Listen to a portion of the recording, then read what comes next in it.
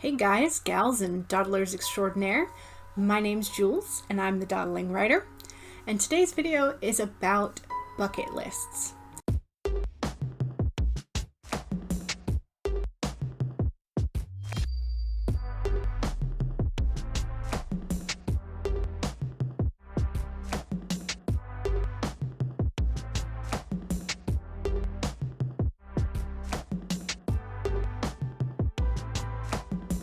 We all tend to write bucket lists at some point, and they're full of things that we would love to do. Mine is full of places that I would love to travel to, New Zealand, Japan, and things that I'd love to experience, like going diamond hunting in the Crater of Diamonds in Arkansas. I've never sat down and created a writer's or author's bucket list.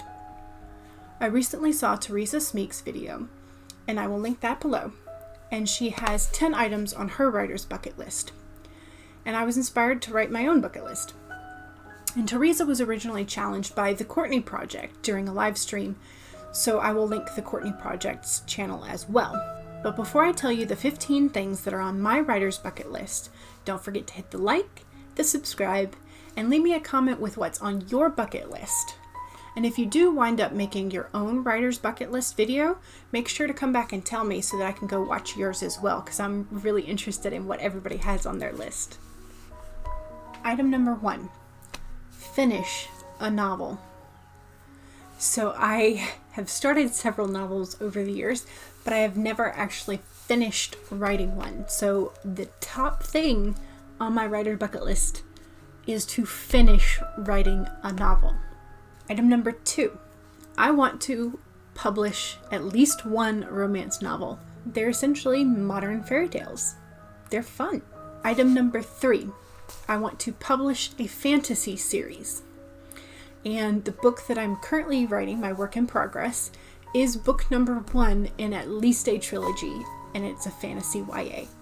So when I get these done, I will have that one marked off. Number 4, publish a poem. I've actually achieved this already. I've already had 2 poems published in my grad school literary magazine. Number 5, publish a short story. This one I've also had accomplished in the grad school literary magazine. Item number 6, publish an article. I had an article published in the Georgia chapter of the National Association for Multicultural Education, Georgia NAME, and I did a piece when I was doing my student teaching. So that was a publication that went out to statewide educators. So I can check that off my list. Item number 7. Self-publish at least one book. So I'm trying self-publishing first to see how it goes and sort of get my feet under me in the publishing realm and things that I need to do. So my intention is to have my first trilogy self-published. I just finished a class that I took online about publishing and selling your ebook.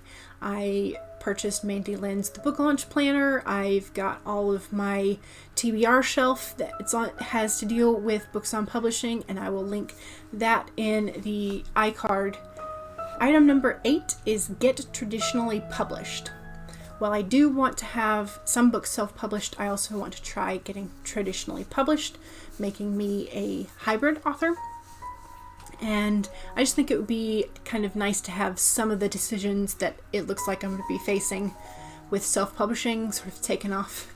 I would like to have, a dedicated editor. I would like to have an agent do the sales talk for me type of thing.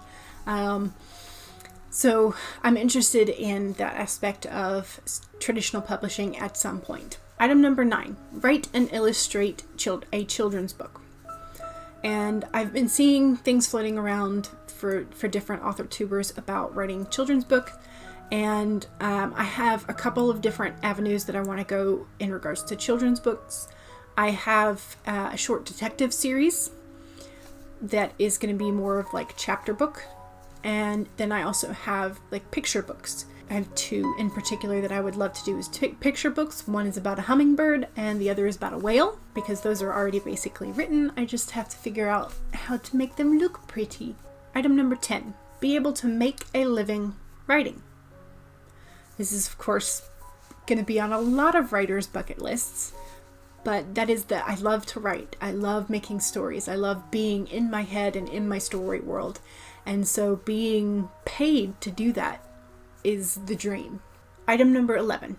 I've floated around the idea of having a pen name for several years, but I never could quite settle on one, and I may eventually wind up using multiple.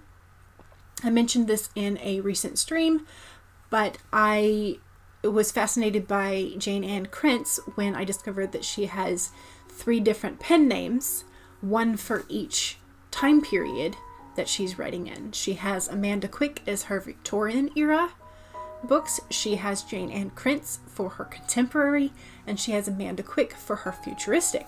And she eventually, once she established a reader base in all 3 of those pen names, she eventually linked all of the stories together.